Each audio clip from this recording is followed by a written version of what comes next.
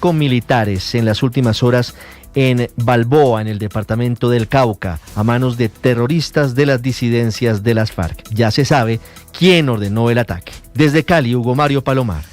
Ricardo, los 5 militares que fueron asesinados por integrantes de las disidencias de las FARC que activaron un explosivo al paso de un camión del ejército por la zona rural de Balboa, Cauca, fueron identificados como el sargento viceprimero Harold Paredes Mena de Barranquilla, el sargento segundo Jason Angulo Mora de Ibagué y los soldados profesionales Miguel Ángel Lamprea Herrera de Pitalito Huila, Wilder Saraza Álvarez de Vistahermosa Meta y Raúl García López de Socorro Santander. Ellos fueron asesinados por la estructura Carlos Patiño, que en esta zona del Cauca está al mando de un delincuente identificado como alias Farley.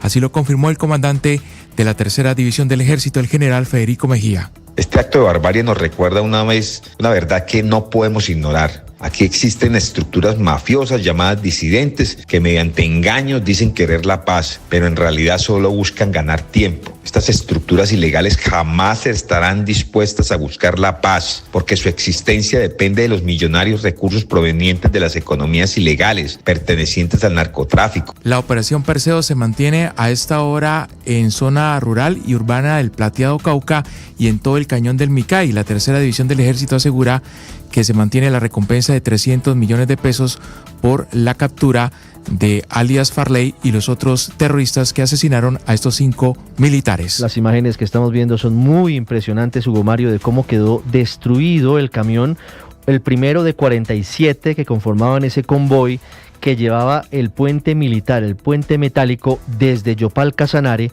rumbo a la vereda de la Hacienda del Plateado, para reparar el puente que había sido destruido por los mismos terroristas de las disidencias de las FARC, cuya financiación proviene del narcotráfico, de la expansión del cobro por la exportación de cocaína y del gramaje. Hablando de narcotráfico, desde Washington, Colombia admite que no está descartado que haya una desertificación en septiembre de este año por parte del gobierno del presidente Donald Trump frente a la expansión de los cultivos de hoja de coca y a que es posible que el gobierno estadounidense considere que no está haciendo lo suficiente en nuestro país para luchar en contra del narcotráfico. Juan Camilo Merlano. Con un tono realista, el embajador de Colombia en Estados Unidos, Daniel García Peña, reconoce que son tiempos distintos en Washington y que el país no solo estará golpeado por recorte de recursos de cooperación, sino que la certificación de Colombia en la lucha antinarcóticos no está garantizada, pero es un reto que están asumiendo.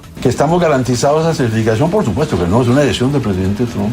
Entonces decirme ya que van a hacer esto, inmensa irresponsabilidad. Por eso nuestro trabajo es actuar de manera proactiva, explicar, contar lo que estamos haciendo. El embajador asegura que han expuesto sus argumentos ante la DEA y otras agencias del gobierno federal y que Colombia tiene los argumentos para que la certifiquen en el mes de septiembre, pero se están preparando para cualquier escenario, incluso el de recorte de recursos. Pero nos va a golpear a todos. En eso sí creo que tenemos que ser muy claros. Estamos en un momento distinto en esta ciudad, en este país, no solamente por el presidente Trump, sino por el país que votó por él y las mayorías que tiene el Congreso. Y por lo tanto también tenemos que ser muy responsables con el país, de saber que estamos en un momento distinto. Si Colombia es desertificada, eso implicaría recorte de recursos en materia de lucha antinarcóticos y también bloqueos por parte de Estados Unidos en organismos multilaterales para acceder a créditos.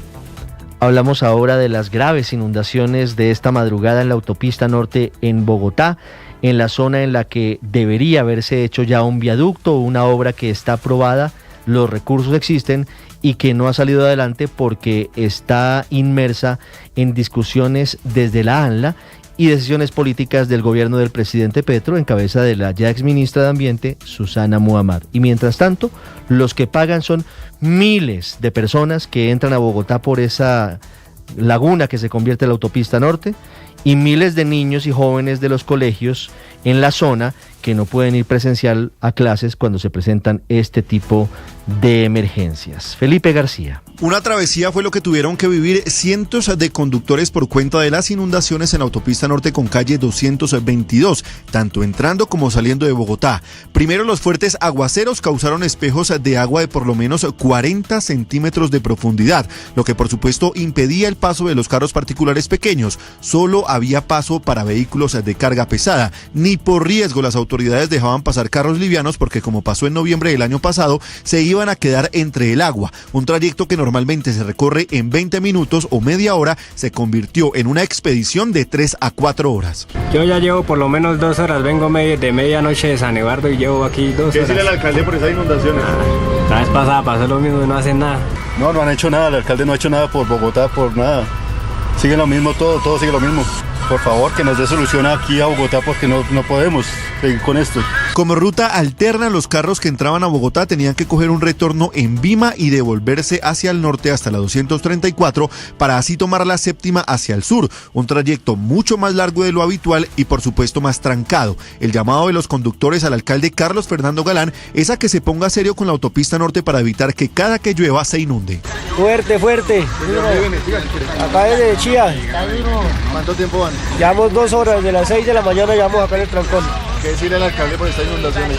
Pues conciencia y más trabajo. Los que se llevaron una sorpresa cuando se levantaron fueron los niños de los colegios que quedan a las afueras de la ciudad, porque la decisión fue de asistir a clases, pero virtuales. Fueron por lo menos 10 instituciones las que tomaron la determinación para evitar que por las lluvias las rutas escolares quedaran atrapadas. No, las imágenes de los trancones ahí están de las inundaciones, porque no son charcos, aunque hay que decir que muchas vías de Bogotá anoche, después del aguacero, estaban en circunstancias, si no similares, con charcos muy grandes. Por ejemplo, la carrera séptima, desde la calle 100 hasta la calle 127, parecía un riachuelo.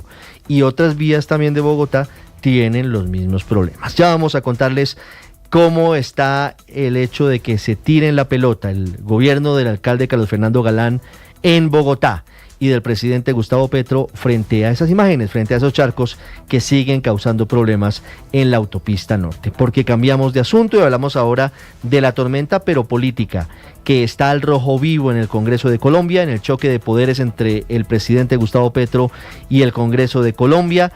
Ya hay fecha para el debate la próxima semana, fecha y hora para discutir la reforma laboral que tiene los santos óleos puestos, pero a la que le falta la cristiana sepultura.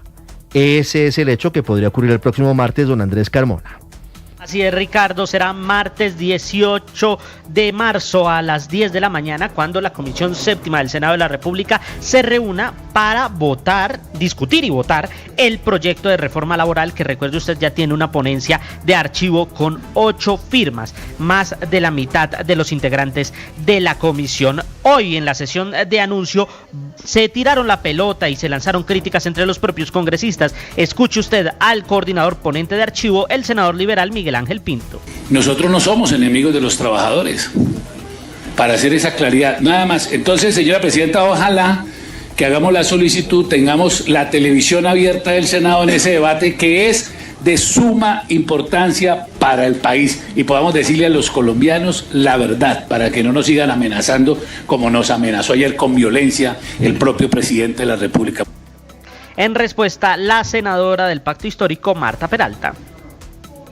Es muy fácil que desde aquí, desde esta posición, nosotros ganándonos los mejores salarios, teniendo la mayor protección laboral, tengamos que definir con un voto en una oportunidad los derechos de millones de colombianos, que son muchos los que se ganan un solo salario mínimo y muchos trabajan horas extra, pero no les son remunerados.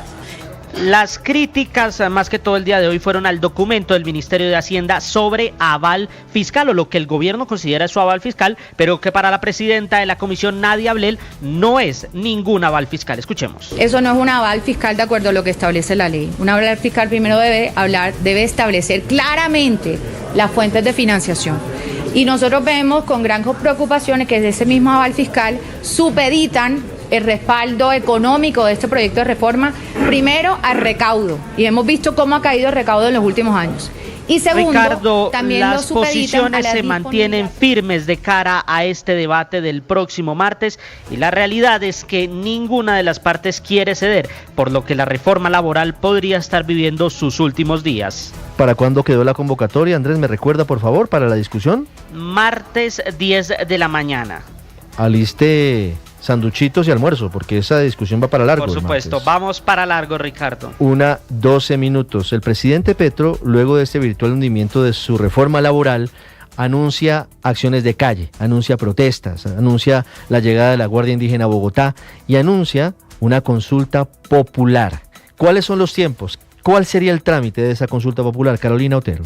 Vamos a empezar a desmenuzar de qué se trata esta consulta popular que propone el presidente Gustavo Petro. Lo primero que tenemos que saber es que si usted y yo podemos hablar, opinar, elegir acerca de muchos temas de la coyuntura nacional y lo podemos hacer a través de muchos modelos que propone la Constitución. Por ejemplo, está el caso del referendo, el plebiscito, incluso también el voto popular. Sin embargo, ahora el presidente Gustavo Petro nos trae a colación otro modelo. Se trata precisamente de la consulta popular. Ahora, lo que hay que dejar muy claro aquí es que no podríamos votar acerca de articulados de reformas grandes. Más bien lo que propone esta consulta popular es que respondamos a preguntas muy sencillas, con un sí o con un no. Por ejemplo, ¿considera usted que el país necesita una reforma de salud que transforme el sistema?